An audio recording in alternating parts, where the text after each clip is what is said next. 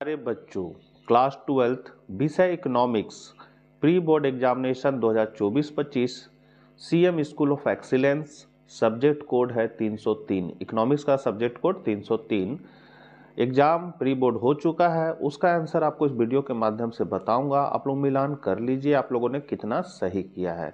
Channel पर पहली बार है तो जरूर सब्सक्राइब कर लें। और जनरल विद्यालय के बच्चों के लिए खंड ए मतलब व्यष्टि अर्थशास्त्र क्लास 12 के लिए इम्पोर्टेंट है, क्योंकि ये इन्हें पढ़ना है। तो चलिए हम लोग आज कुछ नया सीखते हैं। सबसे पहला है निम्नलिखित कथन को ध्यान पूर्वक पढ़े। कथन एक कहता है व्यष्टि अर्थशास्त्र में समग्र मांग से तात्पर्य एक लेखा वर्ष के दौरान अर्थव्यवस्था में वस्तुओं और सेवाओं पर अनियोजित व्यय से है। और कथन दो कह रहा है समग्र मांग वक्र अर्थव्यवस्था में पूर्व मुक्त मांग को दर्शाता है। अब इसका जो सही आंसर होगा वो हो जाएगा आपका डी। दोनों कथन ए और दो गलत है। कैसे गलत है इसको हम लोग जानेंगे। तो कथन जो एक है वो गलत इसलिए है कि व्यष्टि अर्थशास्त्र जो है वो यह व्यक्तिगत इकाइयों जैसे एक व्यक्ति एक फर्म के आर्थिक निर्णयों का अध्ययन करता है, जब इस समग्र मांग जो है पूरी अर्थव्यवस्था के लिए एक अवधारणा है। और इसमें यहाँ पर आपका जो है अनियोजित व्यय का जिक्र किया गया है। तो अनियोजित व्यय क्या है, तो समग्र मांग में जो होता है वो नियोजित व्यय शामिल होता है। जैसे हम प्लानिंग करके बाजार में खर्च करते हैं कि हमको ये चीज करना है, तो नियोजित व्यय शामिल होता है, जिसमें उपभोग, निवेश, सरकारी व्यय और शुद्ध निर्यात जैसे विभिन्न घटक शामिल होते हैं। इसीलिए यहाँ पर क्या है, आपका कथन एक गलत हो जा रहा है। कथन जो कहता है कि समग्र मांग वक्र अर्थव्यवस्था में पूर्व मुक्त मांग को दर्शाता है, ये भी कथन गलत है, क्योंकि समग्र मांग वक्र जो है यह कीमत स्तर और कुल मांग के बीच संबंध को दर्शाता है। यह वर्तमान और भविष्य की अपेक्षाओं पर आधारित होता है, न कि केवल पूर्व मुक्त मांग पर। इसीलिए दोनों कथन आपका क्या है, गलत है। आगे बढ़ते हैं। दूसरा क्वेश्चन है, मान लीजिए कि एक दी गई अर्थव्यवस्था में एस दिया हुआ, आई दिया हुआ है, संतुलन स्तर की आय खाली स्थान करोड़ होगी, तो कितनी करोड़ होगी सो हम लोग को निकालना है। तो इसमें फॉर्मूला हम लोग लगाएंगे आय बराबर ऐसा। अब आय का मान यहाँ कितना है 200 बैठा देंगे, एस का मान कितना है -400 प्लस 0.2 वाई, यहाँ वाई हो जाएगा, ठीक है।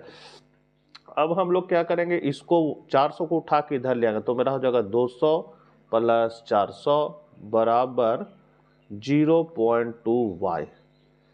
अब यहाँ पर हम लोग इसको और इसको जोड़ देंगे, तो 4 और 2 कितना हो गया 600 बराबर 0.2 वाई।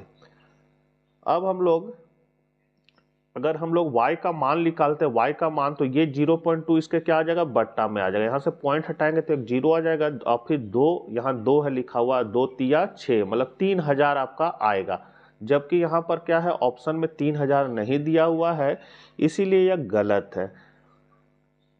ऐसे यहाँ हम लोग बना दिए हैं, इसको आप लोग देख सकते हैं।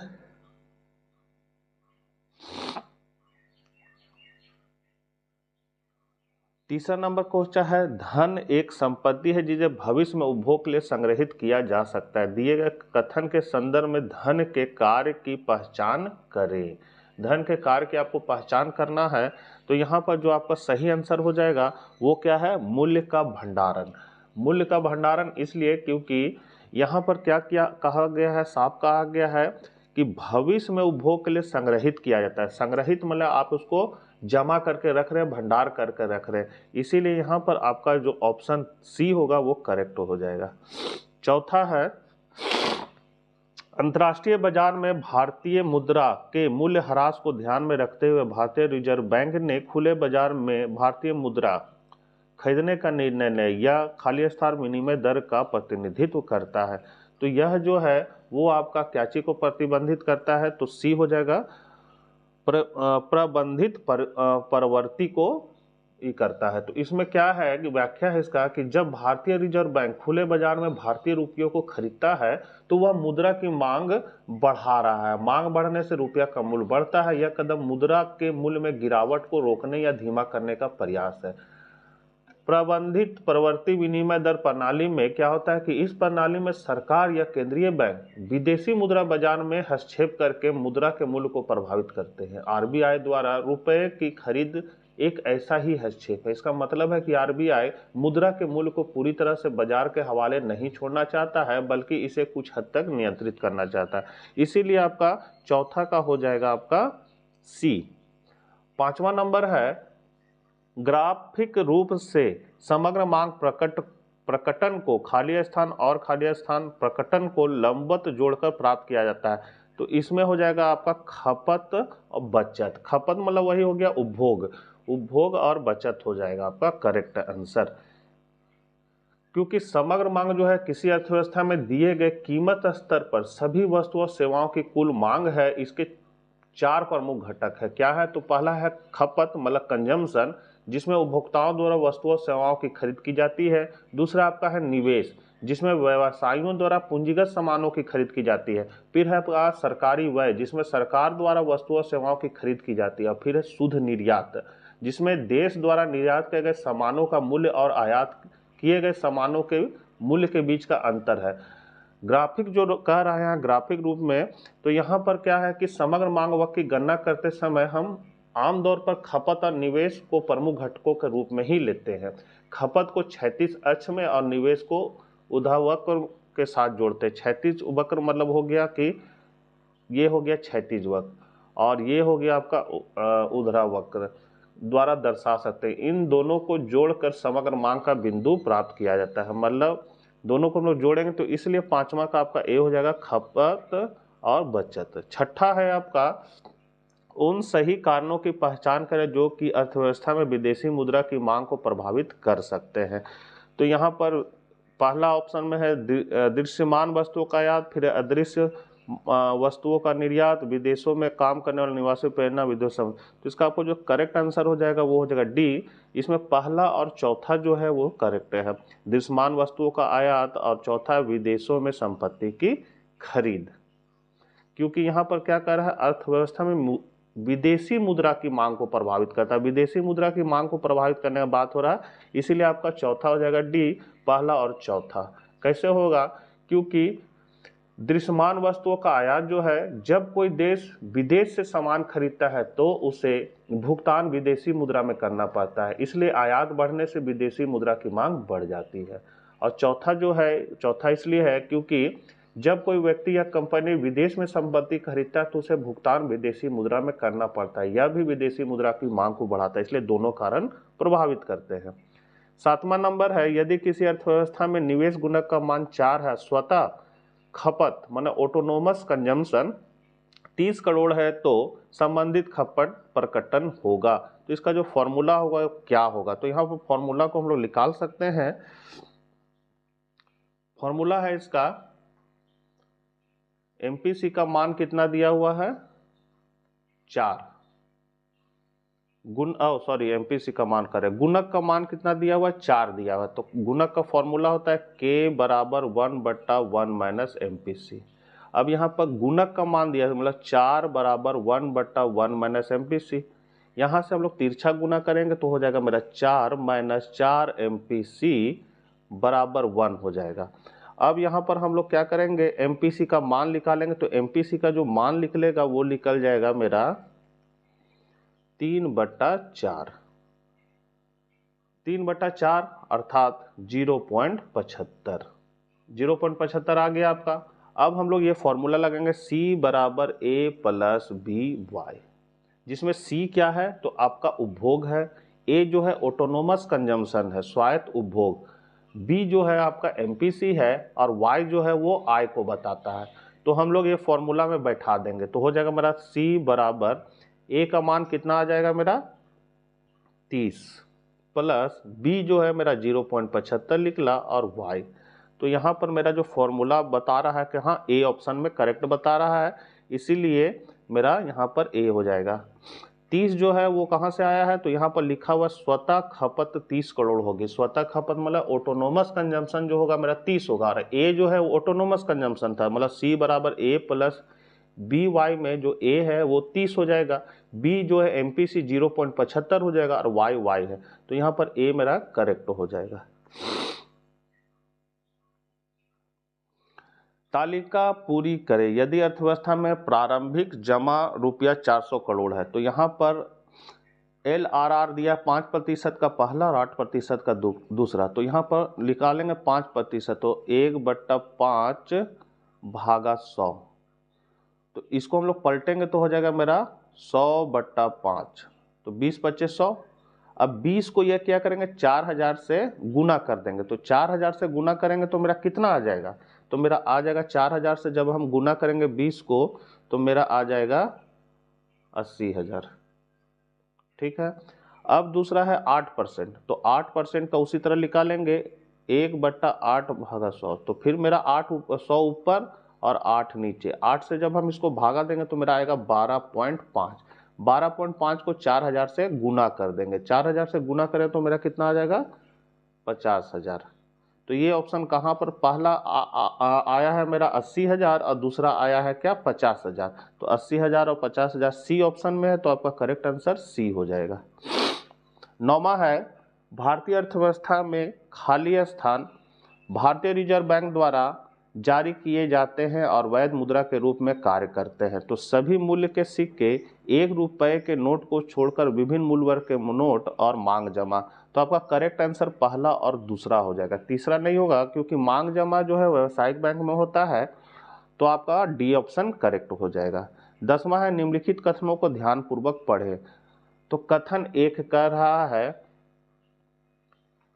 कि दृश्यमान और अदृश्य वस्तुओं दोनों के संतुलन को संदर्भित करता है, और कथन 2 एक सॉफ्टवेयर विशेषज्ञ की सेवाएं एक अदृश्य वस्तु।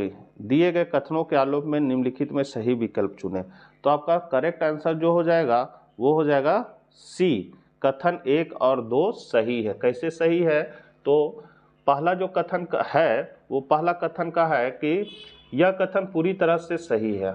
जब हम संतुलन की बात करते हैं तो आमतौर पर किसी चीज के 2 या अधिक हिस्सों के भी समानता या संतुलन की बात करते हैं। अर्थव्यवस्था में संतुलन का उपयोग अक्सर विभिन्न प्रकार के आर्थिक चरों के बीच संतुलन का वर्णन करने के लिए किया जाता है, जैसे कि पूर्ति और मांग, निर्यात और आयात, या दृश्य और अदृश्य वस्तुओं का व्यापार। इसलिए पहला कथन सही है। दूसरा कथन जो कह रहा है कि एक सॉफ्टवेयर विशेषज्ञ की सेवाएं एक अदृश्य वस्तु है, तो क्या है कि यह भी सही है। एक सॉफ्टवेयर विशेषज्ञ की सेवाएं जो होती है वो अदृश्य उदाहरण है। अदृश्य वस्तुएं वे होती है जिन्हें आप छू नहीं सकते हैं या देख नहीं सकते, लेकिन ये मूल्यवान होती है और उनका व्यापार किया जा सकता है। तो इस तरह क्या है कि वो जो सेवा दे रहा है वो क्या है, उसको अमूर्त वस्तु कह सकते हैं, तो ये अदृश्य वस्तु। इसलिए दोनों कथन आपका सही है, आपका सी ऑप्शन 10वां का सी हो जाएगा। 11 है दिए गए डेटा के आधार पर एनडीपीएफसी घरेलू आय का मान अनुमानित करे। तो यहाँ पर आपका दो घरेलू उपभोग व्यय दिया हुआ है 600, सकल स्थिर पूंजी दिया हुआ है, स्टॉक में परिवर्तन दिया हुआ है, सरकारी अंतिम उतना दिया हुआ है। इसको हम लोग बनाएंगे तो हमको निकालना है एनडीपीएफसी मतलब घरेलू आय। तो ये क्या होता है पहले इसको हम लोग जान लेते हैं। घरेलू आय का अर्थ है किसी अर्थव्यवस्था के भीतर एक वर्ष में उत्पादित सभी अंतिम वस्तुओं और सेवाओं का मूल्य जिसमें मूल्य ह्रास को घटाया गया हो। तो इसका सूत्र है एनडीएफसी बराबर हो जाएगा जीडीपी एमपी माइनस मूल्य ह्रास माइनस अप्रत्यक्ष कर प्लस सब्सिडी। तो इस फॉर्मूला को हम लोग बैठा देंगे, यहाँ पर बैठाएंगे। पहले हम लोग निकालेंगे फॉर्मूला में, अगर हम लोग ध्यान देते हैं तो यहाँ पर क्या है एनडीपीएफसी का फॉर्मूला है जीडीपी एमपी में मूल्य ह्रास और ये सब को करना। तो सबसे पहले हमको जीडीपी एमपी ज्ञात करना होगा। इसका फॉर्मूला आपका लगेगा जीडीपी एमपी का फॉर्मूला हो जाएगा घरेलू उपभोग व्यय प्लस सकल स्थिर पूंजी निर्माण स्टॉक पूंजी में परिवर्तन प्लस सरकारी अंतिम उपभोग व्यय और शुद्ध निर्यात। ये इसका फॉर्मूला है। इसी फॉर्मूला में हम लोग देखें जैसे पहला क्या है घरेलू उपभोग व्यय। अब यहाँ डाटा में हम लोग जाएंगे, घरेलू उपभोग व्यय मेरा कितना दिया हुआ है 600। फिर है मेरा दूसरा यहाँ पर घरेलू उपभोग व्यय में 600 बैठा दिए। फिर सकल स्थिर पूंजी निर्माण, यहाँ देखेंगे सकल स्थिर पूंजी निर्माण मेरा कितना दिया हुआ है तो 200 दिया हुआ है, तो यहाँ पर 200 बैठा देंगे। इसी तरह बच्चों ऊपर से देख देख के बैठाएंगे तो मेरा ये फॉर्मूला प्राप्त हो जाएगा। यहाँ प्लस और माइनस माइनस हो जाएगा, सबको जोड़ के आपको क्या करना है यहाँ से यहाँ तक जोड़ के और इस 40 को घटा देना है, तो आपका 1000 करोड़ आ जाएगा। अब जो एनडीएफसी का फॉर्मूला है उसमें हम लोग बैठा देंगे। तो जीडीपी एमपी जो मेरा आया है वो कितना निकला, तो मेरा निकला 1000 माइनस मूल्य ह्रास आपको टेबल से देख के लिख लेना होगा 40 से है। अप्रत्यक्ष कर टेबल में दिया हुआ है, सब्सिडी मेरा 0 है, इसको 0 मान लिया गया है, तो मेरा आ जाएगा 840 करोड़ रुपया। ये आपका करेक्ट आंसर हो जाएगा। फिर है भुगतान संतुलन के चालू खाते के घटकों का वर्णन करें। तो भुगतान संतुलन, चालू खाता वह खाता है जिसमें वस्तुओं और सेवाओं के आयात और निर्यात एवं एक पक्षीय अंतरणों का हिसाब किताब रखा जाता है। चालू खाते के मुख्य घटक हैं वस्तुओं का व्यापार मतलब दृश्य वस्तुएं, सेवाओं में व्यापार अदृश्य संतुलन जैसे बीमा और सेवाएं। फिर है प्राथमिक आय खाता, इसमें शामिल है कर्मचारियों का मुआवजा, परिसंपत्तियों से निवेश आय, लाभ और लाभांश। द्वितीयक आय खाता जिसमें आर्थिक मूल्य के समकक्ष मदों के बीच धन का लेन देन, उदाहरण के लिए विदेशी श्रमिकों से प्राप्त धन, यूरोपीय संघ, संयुक्त राष्ट्र और अंतर्राष्ट्रीय सहायता के लिए हस्तांतरण प्राप्त है। इसी का 8वां में क्वेश्चन आया था कि कर नीति का उपयोग अर्थव्यवस्था में आय असमानता को कम करने के लिए कैसे किया जा सकता है।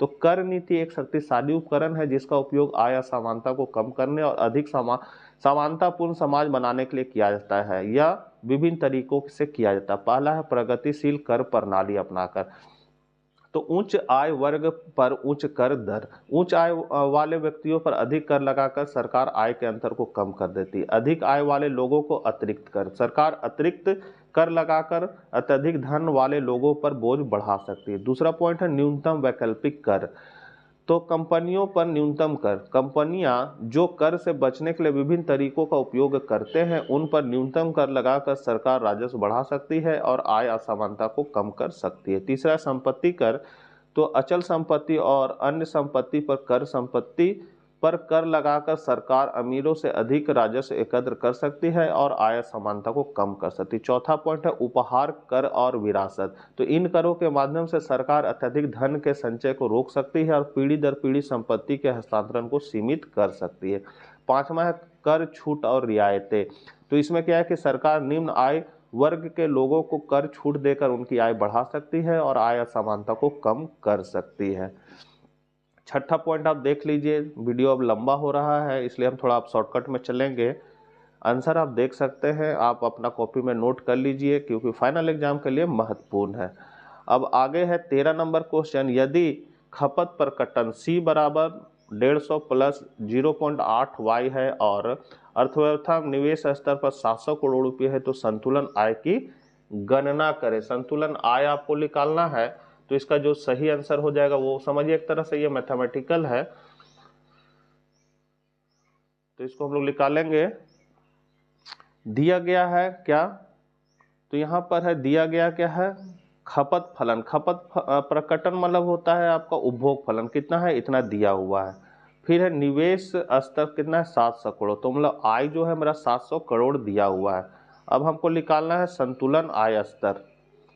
क्वेश्चन क्या है यहाँ पर देखिए, तो संतुलन आय स्तर की गणना करें, संतुलन आय स्तर की गणना करना है तो इसीलिए इसका फॉर्मूला हम लोग लगाएंगे। संतुलन आय स्तर क्या है, तो संतुलन आय स्तर वह होता है जहां कुल मांग कुल उत्पादन के बराबर होती है। एक बंद अर्थव्यवस्था में एडी मतलब कुल मांग, खपत सी तथा निवेश के योग के बराबर होती है। इसीलिए एग्रीगेट डिमांड बराबर मेरा हो जाएगा एडी बराबर सी प्लस आई, जिसमें एडी जो है वो आय कुल उत्पादन को बताएगा। इसलिए y बराबर हम लोग मतलब AD को हम लोग y लिख सकते हैं, y बराबर C प्लस आई। अब हम लोग इसको बैठा देंगे तो y बराबर लिखेंगे, पहले y बराबर C, यहाँ पर C का मान दिया हुआ था क्वेश्चन में 150 प्लस 0.8 y और I मेरा 700 करोड़ है। अब इसको हम लोग क्या करेंगे y और y को मिला देंगे, तो y रहा, इसको उठा के इधर ले आएंगे तो ये प्लस में है तो इधर आ गया माइनस हो गया, ये 150 है और ये 700, ये दोनों को जोड़ देंगे तो मेरा आ जाएगा इतना। अब इसमें से y का मान निकालेंगे तो मेरा 4250 करोड़ रुपया आ जाएगा।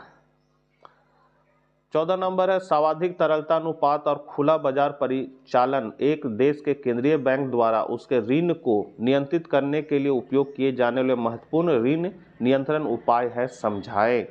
तो इसका आंसर हो जाएगा, एक देश का केंद्रीय बैंक मुद्रास्फीति को नियंत्रित करने और आर्थिक स्थिरता बनाए रखने के लिए कई उपकरणों का उपयोग करते हैं। इनमें से दो सबसे महत्वपूर्ण उपकरण है सावधिक तरलता अनुपात जिसको हम SLR कहते हैं और खुला बाजार परिचालन जिसको हम लोग शॉर्टकट में OMO कहते हैं। सावधिक तरलता अनुपात में क्या होता है कि SLR वह अनुपात है जो बैंकों को अपनी कुल जमा राशि का एक निश्चित हिस्सा नकदी, सोना या सरकार द्वारा समर्थित प्रतिभूतियों के रूप में रखने के लिए बाध्य करता है। यह एक प्रकार का सुरक्षा जाल है जो बैंकिंग प्रणाली को संकट के समय स्थिर रखने में मदद करता है। ऋण नियंत्रण में भूमिका इसका क्या है कि जब केंद्रीय बैंक एसएलआर बढ़ाता है तो बैंकों के पास उधार देने के लिए कम धन होता है, जिससे ब्याज दरें बढ़ जाती है, जिससे लोग कम उधार लेते हैं और खर्च कम करते हैं। इससे मुद्रास्फीति को नियंत्रित करने में मदद मिलती है। इसके विपरीत जब एसएलआर कम किया जाता है तो बैंकों के पास उधार देने के लिए अधिक धन होता है, इससे ब्याज दरें कम हो जाती है और आर्थिक गतिविधियां बढ़ती है। दूसरा है खुला बाजार परिचालन। दूसरा पॉइंट है ओएमओ, खुला बाजार परिचालन। तो खुला बाजार परिचालन में केंद्रीय बैंक सरकार के प्रतिभूतियों को खरीदता या बेचता है। ऋण नियंत्रण में इसका क्या भूमिका है? तो जब केंद्रीय बैंक सरकार की प्रतिभूतियां खरीदता है तो बैंकों के पास अधिक धन होता है, जिससे ब्याज दरें कम होती है और अर्थव्यवस्था में अधिक धन प्रभावित होती है। अब प्रतिभूतियां जब बेचता है तो क्या होता है? तो जब केंद्रीय बैंक सरकार की प्रतिभूतियां बेचता है तो बैंकों के पास कम धन होता है, जिससे ब्याज दरें बढ़ जाती है और अर्थव्यवस्था में कम धन प्रभावित होता है। दोनों उपकरणों में क्या संबंध है? तो एसएलआर और ओएमओ दोनों ही एक दूसरे के पूरक है। एसएलआर बैंकों के व्यवहार पर एक अस्थायी प्रभाव डालता है, जबकि ओएमओ का उपयोग अधिक लचीले तरीके से किया जा सकता है। केंद्रीय बैंक इन दोनों उपकरणों का उपयोग करके मुद्रा आपूर्ति को नियंत्रित करता है और अर्थव्यवस्था में स्थिरता रखता है। फिर अर्थव्यवस्था अतिरिक्त मांग की समस्या का सामना करती है। इसके कई कारण हो सकते हैं। ऐसे 4 कारकों का उल्लेख करें तो अतिरिक्त मांग से तात्पर्य उस स्थिति जब कुल मांग मतलब एडी अर्थव्यवस्था में उत्पादन के पूर्ण रोजगार स्तर के अनुरूप कुल पूर्ति ए से अधिक होती है। यह पूर्ण रोजगार उत्पादन के मूल्य प्रत्याशित व्यय से अधिक होती है। यहाँ आप देख सकते हैं ये जो रेखा है वो समग्र मांग का रेखा है, ये जो है ये रेखा जो गया है वो समग्र पूर्ति का रेखा है। तो यहाँ पर समग्र मांग क्या होता है? पूर्ति का रेखा से अधिक हो जाता है, यहाँ बढ़ जाता है और पूर्ति आपका कम हो जाता है। तो यहाँ पर इतना जो डिफरेंस आ रहा है EF, ये अत्यधिक मांग को ही बताता है।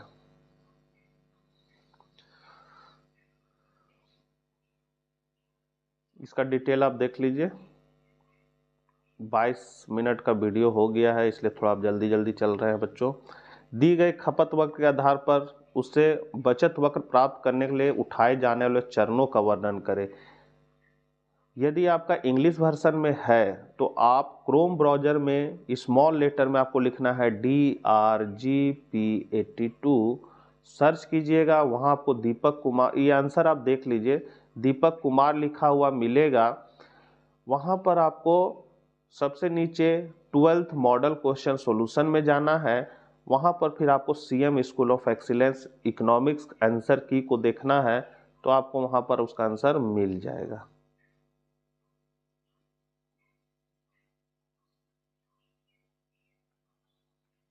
सोलह नंबर क्वेश्चन देख लीजिए, सरकारी बजट के निम्नलिखित उद्देश्यों को समझाना है। तो आप इसका डिटेल देख सकते हैं।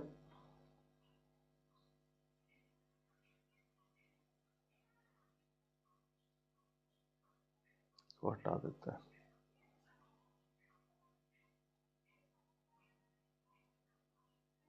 ये सारा डिटेल साइट पर भी डाला हुआ है, वहां से भी आप लोग इसको देख सकते हैं। इसी का 8वां में क्वेश्चन आया था, तालिका और आरेख की सहायता से खपत प्रकटन को समझाएं। मैंने उपभोग फलन को आपको बताना है। तो उपभोग फलन को JM केन्स ने दिया था जब general theory of employment interest and money में 1936 में ये किताब को लिखे थे। इनका मूल बात यही है कि उपभोग जो है वो आय पर निर्भर करता है। मतलब आपके पास आय रहेगा तो आप उपभोग कीजिएगा, और जैसे जैसे आदमी का आय बढ़ते जाता है वैसे वैसे क्या करता है, उपभोग कम करते जाता है। इसी को उपभोग का मनोवैज्ञानिक नियम भी कहा जाता है। जो क्वेश्चन पर अगर आपको डिटेल समझना हो वो क्वेश्चन अगर आप कमेंट कीजिएगा या टेलीग्राम में लिख के भेजिएगा, मैं इसको सिंगल में डिटेल से समझा दूंगा। फिलहाल अभी थोड़ा धीरे धीरे बढ़ा दे रहे हैं। यहाँ पर अगला क्वेश्चन था, प्रत्यक्ष कर और अप्रत्यक्ष कर में अंतर को बताना था। तो प्रत्यक्ष कर मतलब होता है कि जिस पर टैक्स लगाया गया वही टैक्स का भुगतान कर रहा है, तो वो प्रत्यक्ष कर हो गया। और अप्रत्यक्ष कर मतलब सरकार है सो जिस पर टैक्स लगाया वो टैक्स का भुगतान न करके दूसरे पर यदि टाल देता है तो वो अप्रत्यक्ष कर होता है। जैसे मान लीजिए सरकार है सो जूता कंपनी पर टैक्स लगा दिया। अब जूता कंपनी क्या कर दिया कि उसको मूल्य में जोड़कर बाजार में सेल कर दिया, और जो ग्राहक उस जूता को खरीदेगा वो टैक्स को भुगतान करके खरीदेगा। इसका मतलब सरकार जूता कंपनी पर टैक्स लगाया और वो टैक्स को ग्राहक पे टाल दिया। तो इस तरह को कर को हम लोग अप्रत्यक्ष कर कहेंगे। अगला क्वेश्चन था अंतिम वस्तु और मध्यवर्ती वस्तु में अंतर को बताना। तो मुख्य रूप से समझा देते हैं। अंतिम वस्तु मतलब होता है जिसमें सभी तरह का मूल्य जुड़ा हुआ रहता है। जैसे मान लीजिए आटा, आटा के बाद हो गया। मध्यवर्ती वस्तु मतलब बीच का वस्तु, गेहूं, गेहूं के बाद आटा, आटा के बाद रोटी, और उसके बाद हम लोग उसको खा जाते हैं। तो अंतिम वस्तु क्या हो जाएगा, उपभोग करने के लायक जो रहता है वो होता है अंतिम वस्तु, मतलब रोटी। और उसके पहले जो है गेहूं आटा क्या है, वो मध्यवर्ती वस्तु कहलाएगा। तो जो अंतिम वस्तु रहता है उसमें सभी तरह का मूल्य शामिल होता है। जैसे मान लीजिए किसान गेहूं का उत्पादन करता है, तो किसान क्या करता है, गेहूं बेच देता है मिल वाला को, मिल क्या करता है उसका आटा बना के बेच देता है, होटल में, घर में चला जाता है, रोटी बनता है उसका, फिर रोटी खाते हैं। तो जो जो प्रक्रिया से गुजरता है, जैसे किसान गेहूं को बेचा तो उसमें मूल्य लगा, फिर जो है वो दुकान वाला फिर होटल वाला को, घर वाला को अगर आटा बेच रहा है तो उसमें भी वो मूल्य को जोड़ देता है, इसीलिए उस मूल्य बढ़ जाता है। तो मध्यवर्ती वस्तु में क्या होता है, सीमित मूल्य, और अंतिम वस्तु में सभी तरह का मूल्य शामिल रहता है। यहाँ अंतर आप देख सकते हैं क्या क्या अंतर है। खंड बी जो है वो नेक्स्ट वीडियो में बताएंगे, क्योंकि 26 मिनट का वीडियो हो चुका है, और यदि इसमें रिस्पांस अच्छा आया तभी हम ये सेकेंड पार्ट का वीडियो बनाएंगे, और रिस्पांस अच्छा नहीं आया तो बस यहीं द एंड करते हैं हम लोग। अगर आपको सेकेंड पार्ट का वीडियो चाहिए तो कमेंट जरूर कीजिएगा, तभी सेकेंड पार्ट का वीडियो हम लोग बनाएंगे। तो मिलते हैं नेक्स्ट वीडियो के साथ। जय हिंद, जय भारत।